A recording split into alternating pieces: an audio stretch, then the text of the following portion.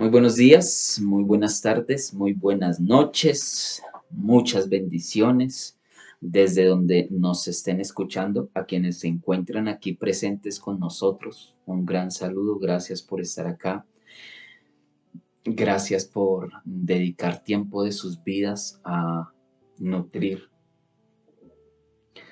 a nutrir sus vidas con la palabra del Señor, a que nutramos, porque acá nos nutrimos todos de la palabra del Señor. Y a quienes nos escucharán en tiempos diferidos, a quienes nos escucharán en algún futuro determinado. Estamos dejando este registro, estamos dejando estas grabaciones, estamos dejando este legado para que muchos otros más puedan asimismo edificar sus vidas, limpiar sus vidas con la palabra, con el practicar las enseñanzas de nuestro Maestro.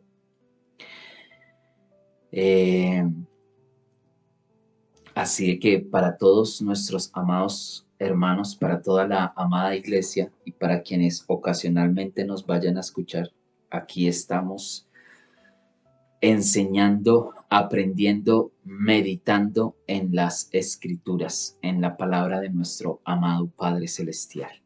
Estamos escudriñando un estudio, estamos viendo, oyendo, siguiendo un estudio basado en el libro de Josué, teniendo en cuenta la posesión de la tierra prometida, aquella tierra que se le había prometido a Abraham, Isaac, Jacob y de ahí toda la descendencia de Israel, y se les había prometido una tierra. De la promesa de la palabra al cumplimiento de la palabra, mucho tiempo pasó. Y aquí se encuentra el pueblo de Israel. Perdón, un segundo. Perdón. Y aquí se encuentra el pueblo de Israel conquistando ya esa tierra. Ya no es una, ya no es una alegoría, ya no es una palabra que repitieron padres y padres y padres. Ahora ellos están en la tierra prometida. Solo falta limpiarla, solo falta conquistarla, solo falta tomarla, vencer los obstáculos, los reyes, los pueblos que están contaminando la tierra porque son reyes y es una tierra llena de maldad. Estamos en el hecho de saber que es la tierra de Canaán, donde habitan los dioses cananeos, donde habitan los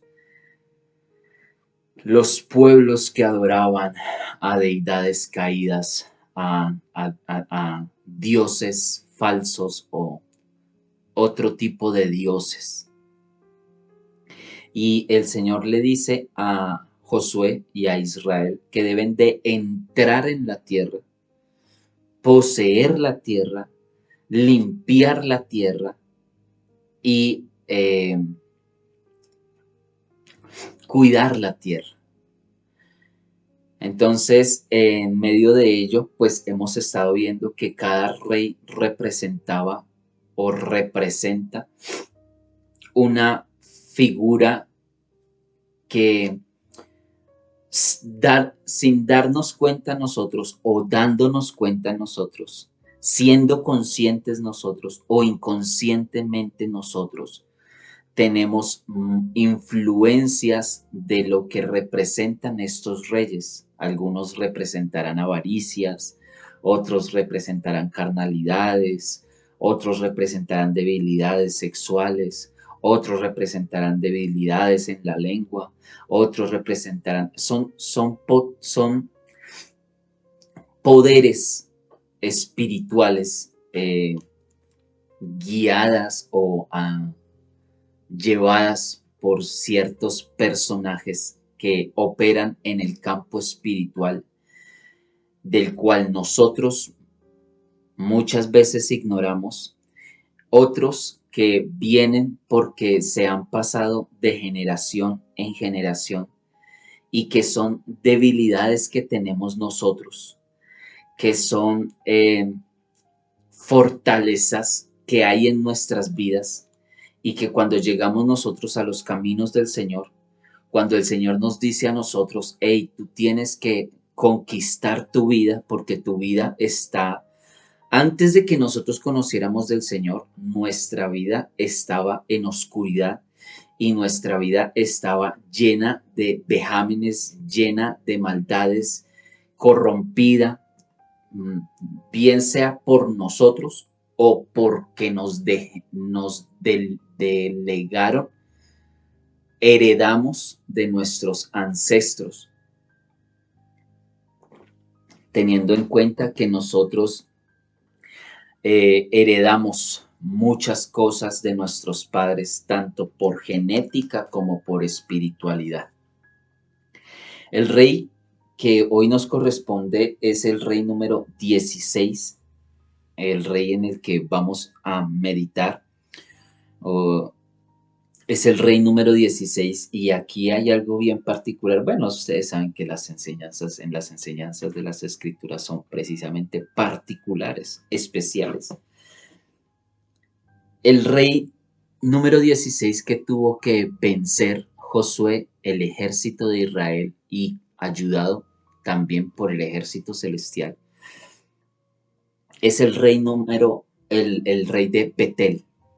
Y Betel, para la mayoría de los que han leído las escrituras o han escuchado sermones o manejan un poco el lenguaje bíblico, el lenguaje del creyente, uno escucha la palabra Betel y automáticamente, si es conocedor de las escrituras, automáticamente lo vamos a relacionar con lo que significa Betel, según nos enseñan nosotros las escrituras, allá en el Génesis, casi 5 libros atrás, allá en el Génesis se nos narra a nosotros la historia de uno de los patriarcas, de uno de nuestros patriarcas, y es el nieto de Abraham, alguien llamado Jacob. Jacob está huyendo, Jacob está sin nada, no tiene sino solamente su vara, está huyendo porque su hermano lo quiere matar, casi nada, ¿no? Acaba de hacer un acto que hizo provocar la ira de su hermano, negoció la primogenitura, le compró la primogenitura a Esaú por un plato de lentejas. Esa jugada le salió costosa, ahora está huyendo y él va camino hacia las tierras de donde viene la mamá de él para ir a buscar en su tío Labán y en la descendencia de su tío Labán una buena mujer, porque su señora madre le dijo, las mujeres de allá son buenas mujeres, mi hijo, vaya para allá y busque mujer allá. Vaya y refúgiese por allá, porque acá su hermano, si lo encuentra, lo mata. Y se fue Jacob de peregrino hacia las tierras donde estaba su tío Labán. Y en medio de ese, él tiene un encuentro, las escrituras nos narran de un encuentro sobrenatural que tiene Jacob en un momento determinado. Él va caminando, él se está dirigiendo hacia el lugar eh, donde él va a encontrar un refugio y va a encontrar el complemento de su vida para lo que va a tener que emprender como patriarca. Y nos narra a nosotros la historia de aquel lugar donde Jacob llegó, se acostó a descansar, reposó su cabeza sobre una roca, no sobre ladrillo cocido, sino sobre una roca. y estando él recostado allí, ve una visión. Él tiene un encuentro sobrenatural. Él ve una escalera que está conectada entre la tierra y el cielo y ve ángeles que ascienden y descienden por dicha escalera. Él se queda sorprendido y él dice, verdaderamente esta es casa del Eterno. El nombre de este lugar será llamado Betel, como casa de Dios, un lugar donde mora la presencia de Dios, lugar donde se hallan los encuentros sobrenaturales, lo sobrenatural del Eterno. Y todos nosotros hemos escuchado, bueno, la gran mayoría de nosotros hemos escuchado esta historia basada precisamente en ese encuentro que tuvo Jacob. Y él cuando tiene esa visión es cuando él dice que, es cuando él empieza a afirmar ese pacto que pertenecía a su padre Isaac, que lo había heredado de su padre o de su abuelo Abraham, precisamente por la promesa que el Señor le había dado a Abraham, aquel pacto abrámico, donde el Señor le dice que le va a dar una tierra para que habite él y sus generaciones. Ahora, Jacob se encuentra en un lugar al cual él le coloca Betel por la visión que está teniendo, sin saber Jacob todavía que su descendencia años más adelante iban a poseer toda esa tierra.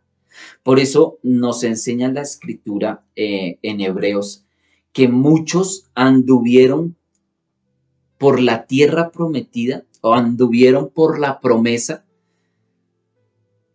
y solamente la saludaron, la vieron pasar y les tocó saludarla. Otros vivieron la promesa, otros la saludan, la contemplan, para unos la viven, otros creen para poderla vivir por fe. Y aquí se encuentra Jacob teniendo una visión, teniendo un encuentro sobrenatural con ángeles. Él está viendo algo impresionante que impacta su corazón y allí él establece un altar, funda un territorio que él cree que es sagrado por la visión que él acaba de tener. Y él dice, ¿sabes qué, Señor?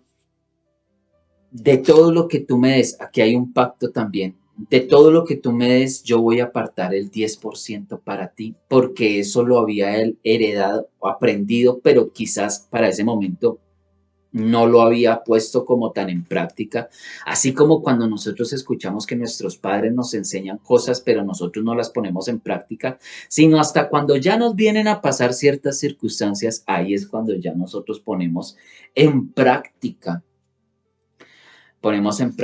las enseñanzas de nuestros padres. Entonces ya aquí Jacob se da cuenta que lo del Eterno sí es real, que eso sí es verdad, que no es cuento de su papá y que no es cuento de su abuelo, sino que es real y es literal, que el Eterno existe y que el Eterno le permitió ver una manifestación sobrenatural en su vida. Y ahí es cuando Jacob dice, no, es que definitivamente esto del Eterno es real. Y sabes que, Señor, no tengo un peso, porque literalmente en ese momento Jacob no tenía nada. Y por eso es que sobre el pueblo de Israel, sobre los judíos, sobre los hebreos, hay una promesa, y es que ellos tienen una bendición y nosotros también la aportamos. Lo que pasa es que nosotros somos un poquito más quedados en esa área, pero hay una bendición del saber producir dinero, no del amar el dinero, eso es otra cosa. Eso es un pequeño inconvenientillo que encontramos, pero en sí, si ustedes se dan cuenta, los judíos para hacer dinero la tienen clara. hay una bendición sobre la vida de ellos y esto empieza es precisamente cuando los patriarcas, los primarios, a los primeros que el Señor los llamó, les enseñó muy bien lo que es la parte administrativa y el honrar al Señor primeramente y después el resto. O sea, eh, esto del 10% no viene y no se lo inventó Jacob aquí en este momento. Eso lo vienen practicando sus antepasados, de darle al Eterno de lo que el Eterno les da a ellos. Y se hace este pacto, se hace esta situación acá, el Jacob le dice estas cosas al Eterno, se va y de ahí en adelante empieza Jacob a convertirse en el gran patriarca, padre de las 12 tribus de Israel y con una prosperidad que hasta nuestros días lo podemos ver. Ahora, entonces, resulta que si nosotros hacemos, porque necesitamos hacer un recuento de algo que siempre ha querido el Eterno, y es morar juntamente con su pueblo, juntamente con sus hijos. Cuando nosotros vemos que Adán y Eva estaban en el huerto y tenían una comunión directa con el Eterno, ellos caen y empiezan en un proceso de vagar por el mundo como ovejas sin pastor, porque se quebró una relación en el huerto del Edén. Se quebró una comunión que había entre el Eterno y su creación. Cuando se fragmenta y se rompe y Adán y Eva salen de esa presencia, de igual manera vamos a ver la intención del Eterno de siempre estar queriendo a compartir con su pueblo, compartir con sus hijos, compartir con los suyos. Entonces, como se había perdido esa comunión allá, viene el Señor y le dice a su pueblo que Él le construyan un tabernáculo, un templo, una casa, un lugar donde su presencia pueda habitar, para que alrededor se congregue el pueblo, alrededor de la presencia del Señor, alrededor de la casa, de la casa establecida para la Shekinah, para la presencia del Señor. Eso nosotros lo vamos a ver precisamente eso lo vamos a ver nosotros en la constitución del templo, cuando el Señor le dice a Moisés, ustedes van a hacer mi tabernáculo así y así y así, le da todas las especificaciones y le dice, y al norte van a haber 4 tribus, al oriente, perdón, tres tribus al norte, 3 al oriente, 3 al occidente, 3 por cada lado, 3, 3, 6, 9 y 12, para las 12 tribus y que las 12 tribus rodearan el tabernáculo. Así acampaban ellos. Luego, ya cuando se establece el templo que construye Salomón, que se establece en Jerusalén, queda Jerusalén como centro de las tribus para que todas las tribus 3 veces al año mínimo fueran y se congregaran allá en Jerusalén y fueran al templo, y de igual manera todos tenían en algún momento que ir al templo y ofrecer sus sacrificios, ir a esa casa, ir a ese lugar que representa la presencia del Señor, los mandamientos del Señor, la ley del Señor, el peregrinaje nuestro, y el convertir la vida carnal en la vida espiritual. Dejar de ser seres carnales para empezar a ser seres espirituales.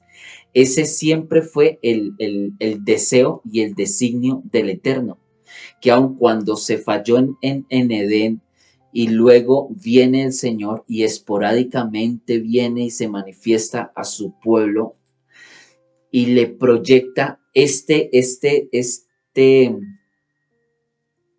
templo para que su presencia pudiese habitar, su Shekinah. Entonces, si nosotros nos damos cuenta, desde el comienzo, el Señor siempre quiso y siempre ha querido tener una casa, un Betel, una casa para Él.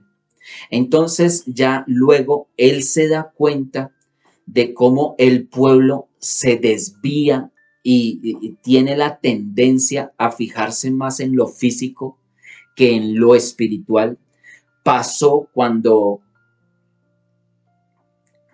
tenemos la figura del primer templo. Los israelitas pusieron tanto su mirada en el tabernáculo, en el templo, en el arca del pacto, que incluso ya ellos creían más en las cosas físicas que en las espirituales. Y pusieron su mirada más en el arca que en lo que descendía sobre el arca. Y ya a Israel incluso el arca se le convirtió en un objeto no sagrado, sino idólatra. Adoraron, llegaron al punto de adorar. ¿Por qué? Porque ya decían que si el arca no estaba, el pueblo perdía. Que si el arca lo usaron más como un amuleto que como lo que verdaderamente era. Entonces, se llega a encender la ira del Eterno y permite que el arca sea capturada por los filisteos. Se enciende la ira del Eterno y permite que el templo sea destruido y que los judíos sean esparcidos. ¿Por qué? Precisamente porque nosotros, en medio de nuestras carnalidades, tenemos más la tendencia a fijarnos en las cosas físicas que en las cosas espirituales. Es solo cuando llegamos a los caminos del Señor que empezamos a comprender que nuestras vidas no deben de basarse en las cosas físicas, sino en las cosas espirituales, y que las cosas espirituales van a influenciar el ambiente físico. Las cosas físicas son alteradas por las cosas espirituales. Entonces viene el Señor, escoge a su pueblo, les da instrucciones para que el pueblo pueda construirle a él casa, se le construye casa, luego el pueblo pierde otra vez la percepción de las cosas y el Señor toma una decisión y dice, no, no habitaré más en templos hechos por manos de hombres.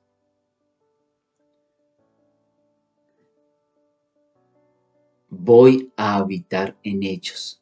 Ellos serán mi casa. Ellos serán mi casa, mi Betel, por decirlo así. Casa para el Eterno, casa de oración, tabernáculo de reunión entre el Eterno y sus hijos, entre el Padre y sus hijos, entre el Eterno Creador y su creación.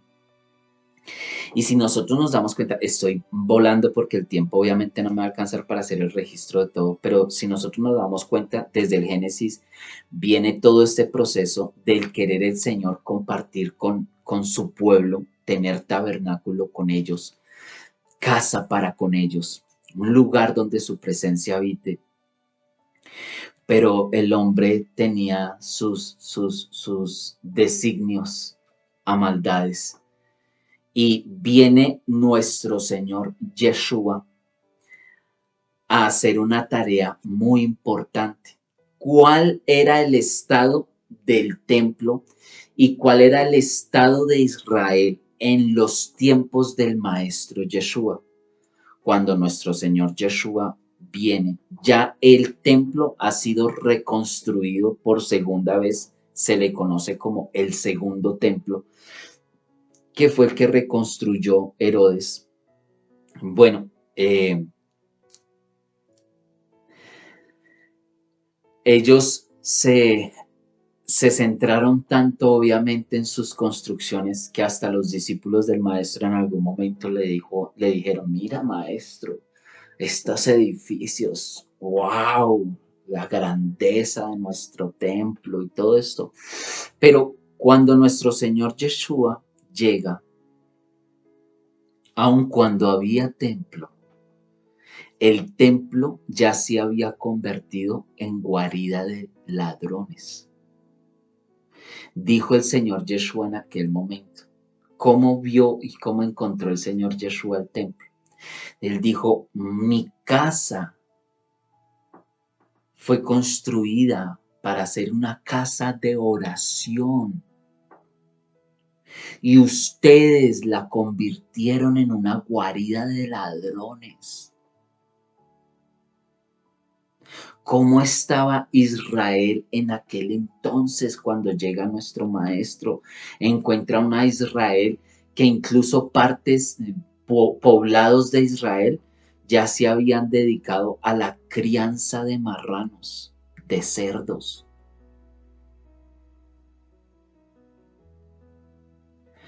Que cuando llega el Señor Yeshua, encuentra precisamente que hasta ahora, hasta ese momento y hasta esa fecha, seguían los mismos hebreos, los mismos israelitas, los mismos judíos, peleándose entre ellos mismos. Él encuentra un pueblo dividido, 10 tribus al norte, 2 tribus al sur. Las 10 tribus ya que no queda casi nada porque se han mezclado y se han esparcido, al punto de que encuentran 2 ciudades principales en Israel. La ciudad para los del norte, la ciudad para los del sur, o sea, Samaria y Jerusalén. Llega un momento determinado en el que el Señor se encuentra con una samaritana, o sea, una israelita,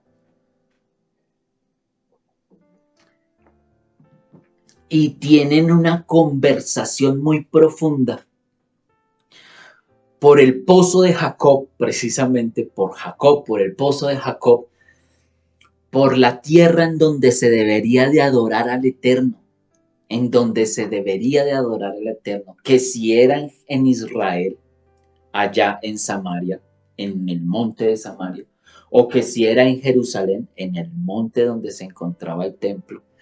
Y el Señor le da otra perla a ella precisamente por el estado en el que se encontraban y hacia donde apuntaban las cosas, y le dice el maestro, créeme mujer, que llegará el tiempo que ni en ese monte de allá donde usted cree, ni en este monte de acá donde creen los judíos, se va a adorar al Eterno. Llegará el momento en el que no solamente estos 2 lugares van a ser considerados como una casa del Eterno, precisamente porque viene nuestro Señor Yeshua a restaurar ello y que se pueda ejecutar la orden del Eterno para que a través del Espíritu Santo la vida tuya, la vida mía, la vida de todos los que quieran aceptar al Eterno como Dios y a su Hijo como Salvador, pudiese Él habitar y morar en sus corazones como casa de oración, como templo y tabernáculo de reunión, de comunión, de espiritualidad. Entonces nosotros vamos a ver a través de las escrituras, desde el Génesis, todo un proceso de cómo el Señor va a ir pasando de un estado en otro y va llevando a su pueblo por un proceso para que pudiésemos llegar a: he aquí, yo estoy a la puerta y llamo. Si alguno oye mi voz, entraré en él, cenaré con él y él conmigo. ¿Y a quién le está dando el Señor Yeshua esta palabra? ¿A los inconversos? No, porque este versículo fue usado para evangelizar, pero la verdad no es un texto para el mundo.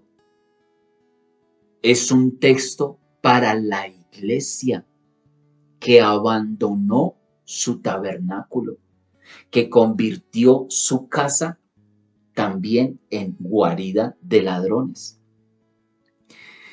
Viene el Señor y le habla a la iglesia de la Odisea, no le está hablando al mundo. Apocalipsis capítulo 3, iglesia de la Odisea. Y el Señor Yeshua le está hablando a la iglesia y le está diciendo: he aquí, yo estoy tocando a la puerta y llamo. Si alguno oye mi voz, entraré en él, cenaré con él y él conmigo. Le está hablando a la iglesia, no le está hablando al mundo. ¿Y por qué? Porque había una relación fracturada. Aquellas personas que en algún momento convertimos nuestras vidas en casa de oración, en templo para el Señor, pero que de una o de otra manera o abandonamos el proceso, nos alejamos de los caminos del Señor. Y dicen las escrituras que cuando uno conoce del Señor y se aparta, pues vienen 7 demonios más fuertes que el que habitaba, y el postrer estado de la persona va a ser peor que el primer estado de la persona. ¿Por qué todo esto? Porque resulta que el rey de Betel precisamente representa que es una casa destinada con un propósito, pero gobernada por otros reyes. Una casa destinada para la oración, para la comunión con el Señor, pero sirviendo a otros reyes. Precisamente ese era un lugar que tiempo atrás el patriarca ya sabía que ese era un lugar de oración, que esa era una casa del Señor, pero en ese momento estaba gobernado e influenciado por presencias que no eran del Eterno, y que se era necesario entrar nuevamente y conquistar las promesas que el Señor ya había dado, pero que habían otros que gobernaban allí, y que era necesario vencer a ese rey para que se limpiara ese lugar y verdaderamente se convirtiera en casa del Eterno, en tierra santa. Nosotros cuando oramos, no oramos no oramos por, o sea, nosotros cuando oramos por Israel, oramos por la nación, por el pueblo, por la tierra, por lo que representa, por nuestro Israel espiritual. Porque pues si hablamos del gobierno israelita como tal, es un gobierno como todos los otros gobiernos del mundo. Por eso es que hay tanta división dentro del mismo Jerusalén hoy en día, dentro del mismo Israel hoy en día. Hay una parte de los judíos que son los ortodoxos, y los ultraortodoxos no están de acuerdo con las políticas del gobierno de Israel. Que recordemos que en las políticas del gobierno de Israel es que van a constituir el antimesías. Entonces, resulta que tenemos nosotros el llamado a que nuestras vidas son casa de oración. Nuestras vidas, nuestros cuerpos se deben de convertir, de transformar en templos de la presencia del Espíritu Santo. Comunión en nuestro, es tan profundo esto que tú sin ni siquiera pronunciar palabra, tú ya estás teniendo en tu interior, en tu tabernáculo, en tu aposento, en tu privacidad, comunión con el Eterno. Si tú eres un hijo, una hija del Eterno, tú sabes que tú puedes estar hablando con una persona, tú puedes estar escuchando a una persona, pero en tu interior tú estás en una, y Señor, ¿será que lo que esa persona me está diciendo es verdad? Señor, ¿qué le digo yo a esta persona? Una comunión interna. Ahora, resulta, mis amados hermanos, que si nosotros somos llamados a ser casa de oración, nosotros somos llamados a ser ese Betel, esa casa para el Eterno, ese tabernáculo donde el Señor se va a reunir con nosotros. Esta figura de este falso rey, de este rey que está en un lugar donde no tiene que estar, es precisamente todas esas cosas que hay en nuestras vidas que se convierten en obstáculos para que fluya la presencia del Señor, la comunión con el Señor. Ese falso rey que gobierna nuestras vidas, esa debilidad, esa carnalidad, ese tropiezo que nos cuesta tanto a nosotros. Hablo esto en el caso de los que estamos luchando y trabajando y guerreando por limpiar cada vez más y más nuestras vidas. Pero ¿y qué con aquellos que destinaron sus vidas para que fueran Betel, para que fueran casa del Eterno, casa de oración, tabernáculo de comunión, pero por una u otra razón se alejaron de esa comunión, perdieron ese gozo, ese fuego, esa pasión, y ya su vida no es casa de oración, sino que empiezan a gobernar otras entidades diferentes que desvían el propósito de la vida de la persona.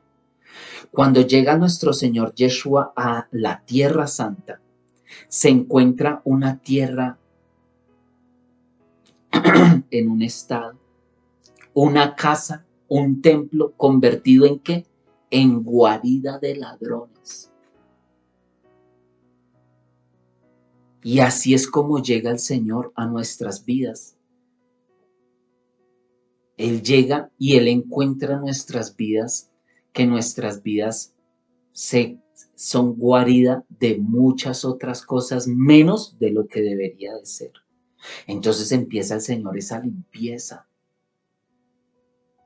esa conquista, a enseñarnos, a ayudarnos, para que nosotros conquistemos nuestro tabernáculo, nuestro templo, nuestra casa, que se la hemos cedido a Él para que Él la comparta con nosotros.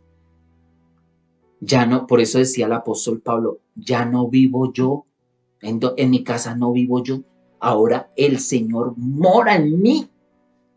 Y lo que antes vivía en la carne, ahora lo vivo en la fe del Hijo del Eterno, el cual me amó y se entregó a sí mismo por mí. Ya no soy templo de otros dioses, ya no soy templo de otras carnalidades. Cuando nosotros abrimos la puerta de nuestro corazón para que el Señor entre en nuestras vidas, es porque ya ahora no es mi casa. Tu cuerpo no es tuyo, Tu vida no es tuya, no te pertenece. Y que cuando nosotros queremos hacer nuestra propia voluntad y hacer lo que a nosotros se nos dé la regalada y soberana voluntad, ahí es cuando estamos viendo que todavía hay reyes falsos en posesión de nuestra tierra, como por ejemplo el rey del yo. En alguna de estas enseñanzas de estos reyes nos encontraremos con el rey del yo, si es que ya no lo hemos visto también anteriormente. Cuando hago mi voluntad y no la voluntad del Eterno, es una señal de que todavía hay un yo que está gobernando este templo y no es el yo soy, sino es el yo carne. Yo voy a hacer esto, yo voy a hacer, yo voy a decir, es verdad.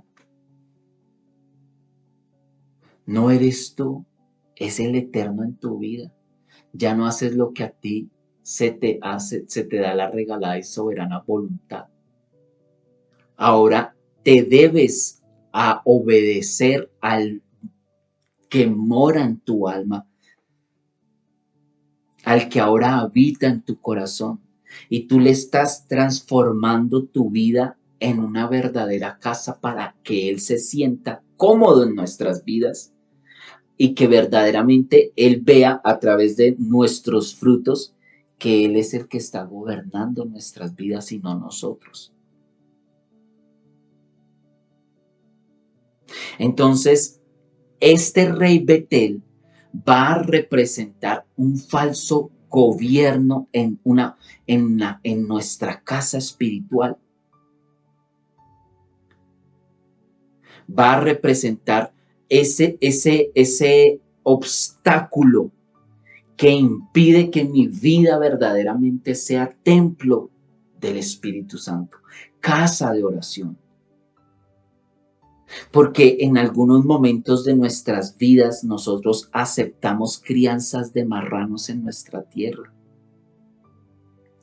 O en otros casos convertimos nuestro tabernáculo en casa de ladrones, en guarida de ladrones.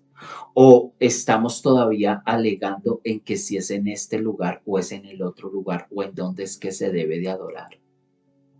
Y todos esas pequeñas zorras nos desvían a nosotros de nuestro verdadero objetivo.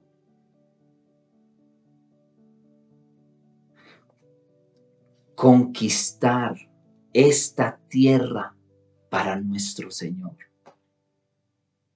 Dominar el yo, el ego, la pereza, el orgullo, el desorden, tantas cosas de las que nosotros sufrimos. O cuando dejamos que esa casa mengue tanto, la presencia del Señor mengue tanto en nuestras vidas. Se nos olvidan los propósitos, se nos olvidan los objetivos y nuestras vidas se vienen a convertir en guarida de ladrones. Tiene que venir el Señor y recordarnos a nosotros que si descuidamos nuestra vida espiritual, el postrer estado de nosotros va a ser peor que el primero. Y es así.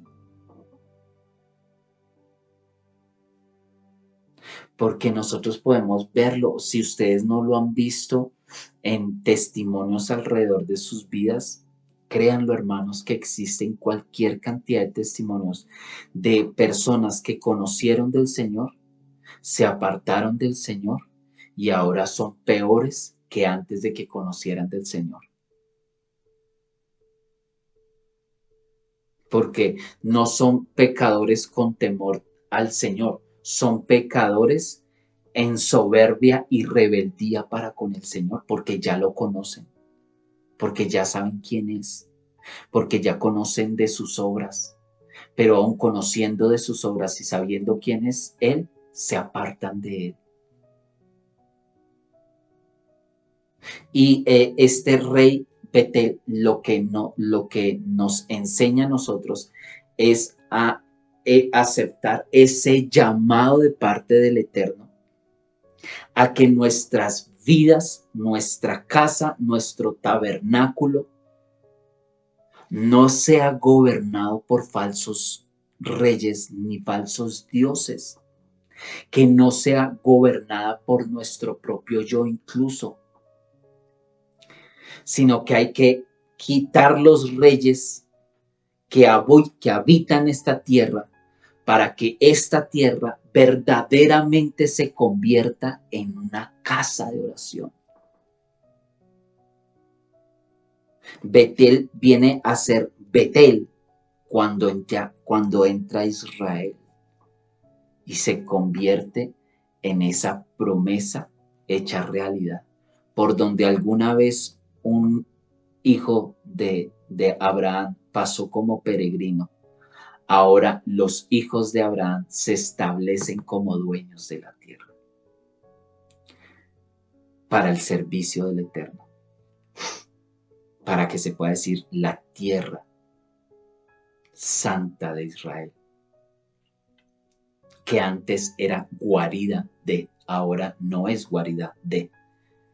Hermanos, y nos vamos a dar cuenta que lo que quiso hacer el Eterno fue llevar todo un proceso para llegar a nuestros días y decir, es que yo verdaderamente quiero que tu vida sea un Betel,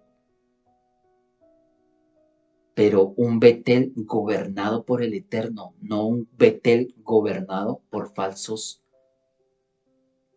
reyes y por falsos dioses. Hay hermanos que todavía guardan dentro de sus corazones anatemas, cosas que no deberían de estar allí, odios, rencores, resentimientos, falsedades, hipocresías.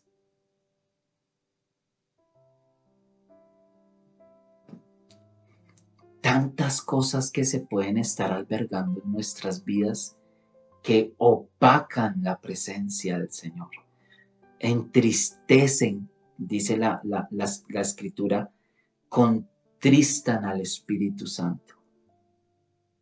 Y no es fácil, porque nuestra lucha a diario no es fácil.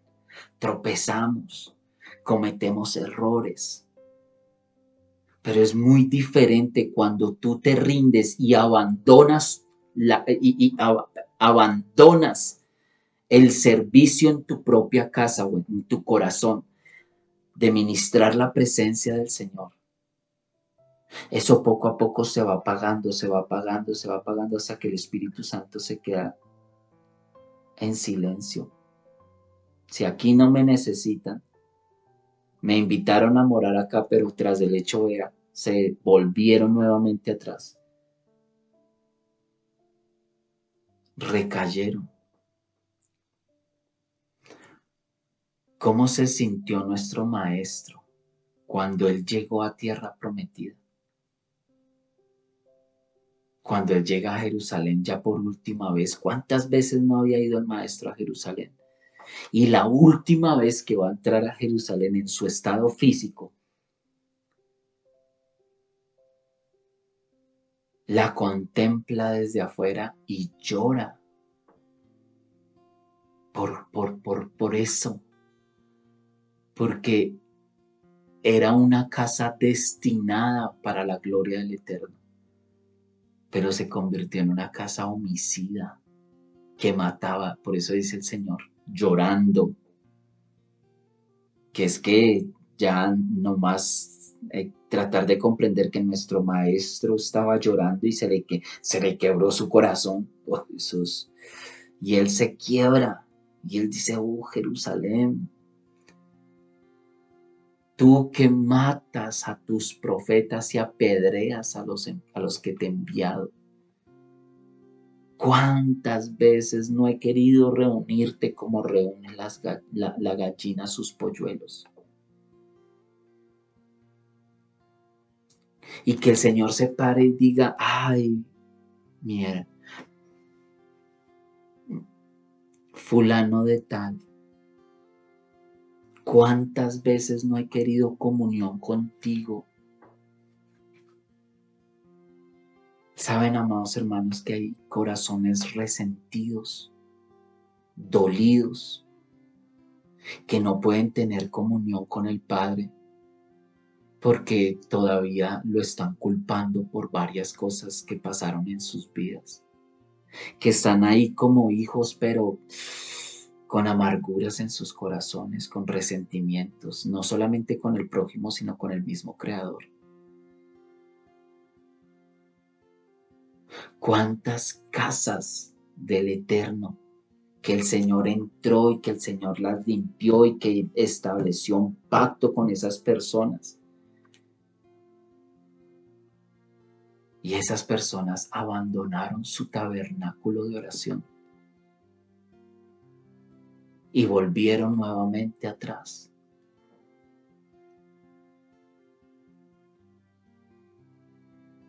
Y permitieron que sus corazones, que sus casas, que sus vidas se convirtieran en otras cosas menos para lo que fue destinada. Cuando el Señor puso su mirada en ti y cuando tú pediste misericordia al Eterno y le dijiste, Señor, usa mi vida, entra en mi corazón, yo quiero que tú seas mi Dios, mi Señor, mi Salvador, mi Rey, mi todo. Aquí está mi vida, aquí está mi corazón, te lo entrego. Ah, bueno, ven, que voy a entrar en ti. Si tú lo quieres, si tú me aceptas, yo entro, dice el Señor. Entraré en él, cenaré con él y él conmigo. Una restauración de un Betel, de una casa de oración que estaba siendo administrada por quienes no eran, gobernada por quienes no debían gobernar. Tu vida le pertenece al Eterno y Él es el que debe de gobernar tu vida. Ay, ¿y yo qué tengo que hacer en esa? Yo no sé para qué nací, ay, ¿yo qué hago acá? Todavía no sabes que viniste a ir por todas las naciones predicando del Evangelio, que naciste y que te convertiste porque tú lo aceptaste en luz para las naciones, en que eres un tabernáculo vivo y movible, como en los tiempos de Moisés el tabernáculo se movía y por donde la nube se movía, el pueblo se movía y allí iba también el tabernáculo. Por donde va el Señor que nos dice que nosotros debemos de andar para aprender a hacer la voluntad de Él y no la voluntad nuestra, porque nuestra voluntad nos va a llevar por otros caminos, más la voluntad del Eterno nos va a llevar por el camino de la rectitud. Y que si mi vida es templo del Eterno, si mi vida es casa de oración, es una casa de comunión con el Señor, donde los demás no ven, el Señor sí ve. Donde los demás, a donde los demás no llegan, el Señor sí llega. Y Él quiere que nosotros desechemos de nuestras vidas, limpiemos nuestros corazones, limpiemos nuestra casa para que sea un lugar agradable, de comunión agradable entre el Eterno y nosotros.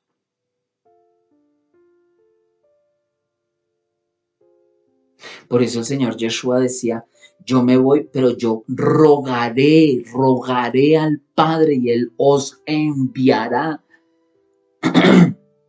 el otro consolador, el Paracletos. Siempre desde el comienzo ha habido un deseo del Eterno por tener comunicación con nosotros, comunión con nosotros, relación con nosotros. Siempre desde el Génesis, por eso comenzamos esta enseñanza haciendo ese pequeño recuento de cómo el Señor ha querido, Él, es un anhelo de Él. Es que Él es el que nos busca a nosotros.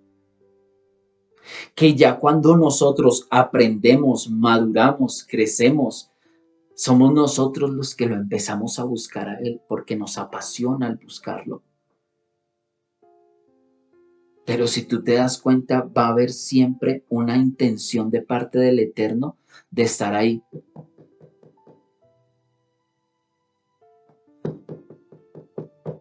Golpeando, golpeando nuestras vidas. Hey, yo quiero tener comunión contigo.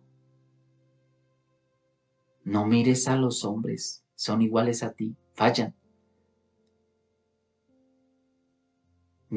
Tu relación con el Eterno, mi relación con el Eterno no puede depender de los demás.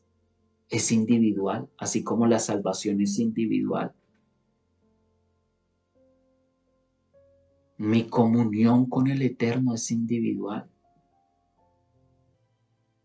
Que verdaderamente mi vida sea un tabernáculo andante, una iglesia andante, que camina, que se mueve. Que nosotros podamos comprender que cada vez que nosotros estamos delante de una persona,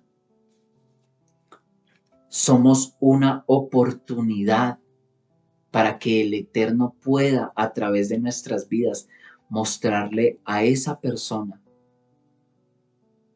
que todavía hay esperanza,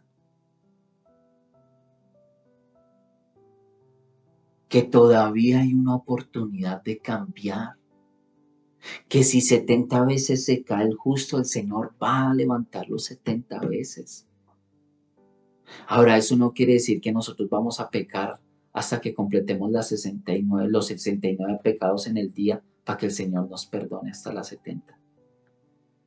Porque eso ya es conchudez y eso ya es harina de otro costal. ¿Nos estamos comportando nosotros como el verdadero Betel?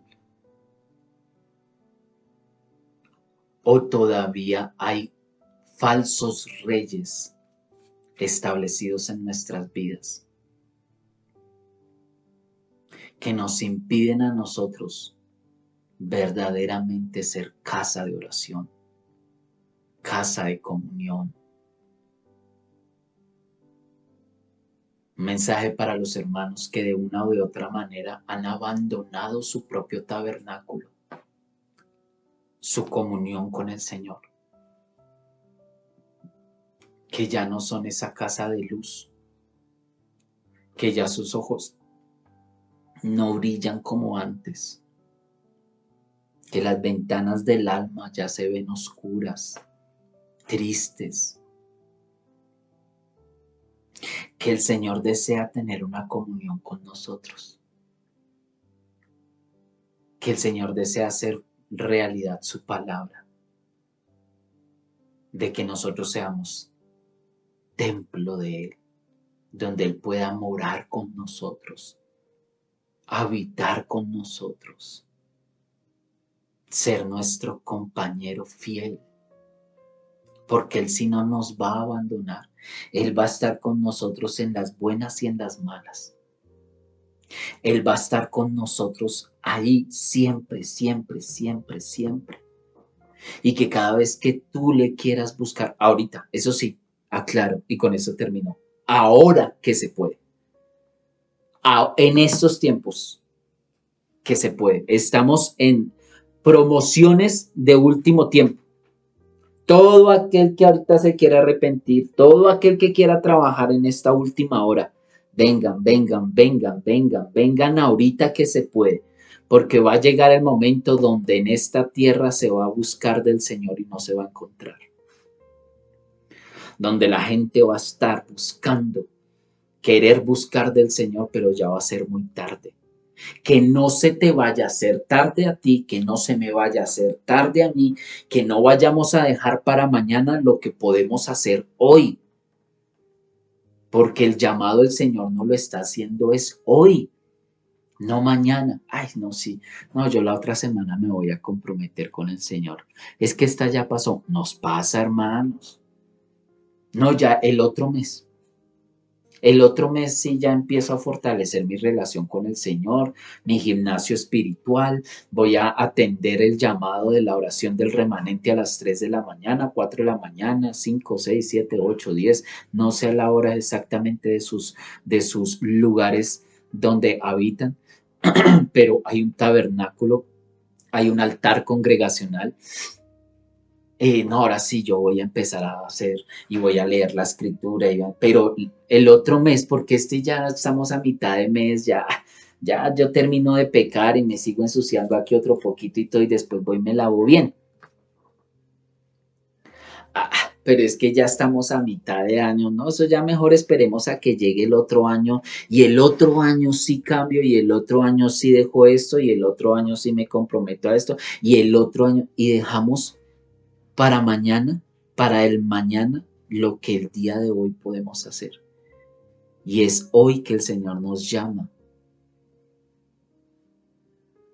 a que revisemos esta parte de casa de oración, de casa donde nos podemos congregar con el Señor. Revisemos nuestro tabernáculo, nos demos cuenta cómo está nuestra relación con el Señor, o si hay algún rey, alguna influencia en nuestras vidas que me impide tener esa comunión con el Señor, que me impide ser esa morada que yo quiero ser, pero que termino no siendo. Eso es lo que nos viene a nosotros a enseñar este rey de Betel. Una casa destinada para algo, pero gobernada por falsos reyes o por reyes que no deben de estar ahí, porque el único rey que debe de estar entronado en nuestro corazón es el Eterno. Padre, yo te quiero dar gracias por este día, gracias por tu palabra. Gracias, Señor, porque sí suele pasar mucho más de lo que nosotros nos imaginamos. Que nuestras casas hayan sido destinadas para ti y se hayan convertido en guarida de ladrones, crianzas de marranos, pleitos, divisiones dentro de nosotros mismos. Perdónanos, Señor. Ayúdanos para limpiar nuestras vidas, nuestros tabernáculos. Si están limpios, ayúdanos para mantenerlos limpios. Si está apagada esa llama, por favor, enciéndela, Señor. Que haya una restauración en nuestro ser, en nuestra espiritualidad. Aquellos hermanos, Señor, aquellos que te conocieron, que vivieron tu gloria y que en estos momentos se encuentran apartados y que por alguna razón les está llegando este mensaje, Señor, del poder restaurar sus vidas. Ayúdales para que ellos no se sientan solos, para que ellos sientan el calor tuyo, el fuego tuyo, la luz tuya. Aquellos que apartaron su mirada de ti por la culpa y el testimonio de otros. Aquellos bebés que hasta ahora estaban creciendo espiritualmente y que por malos testimonios se apartaron de ti y abandonaron el proyecto de ser tabernáculos tuyos. Tráelos con lazos de amor, Señor. Enamóranos de tu presencia con lazos de amor, con detalles que llenen nuestra vida de amor por ti. No por los hombres, sino por ti. Gracias por tu palabra. En el nombre de nuestro Mesías, de nuestro Salvador. Gracias, Señor, por perdonarnos y limpiarnos de nuestra maldad. Amén y amén.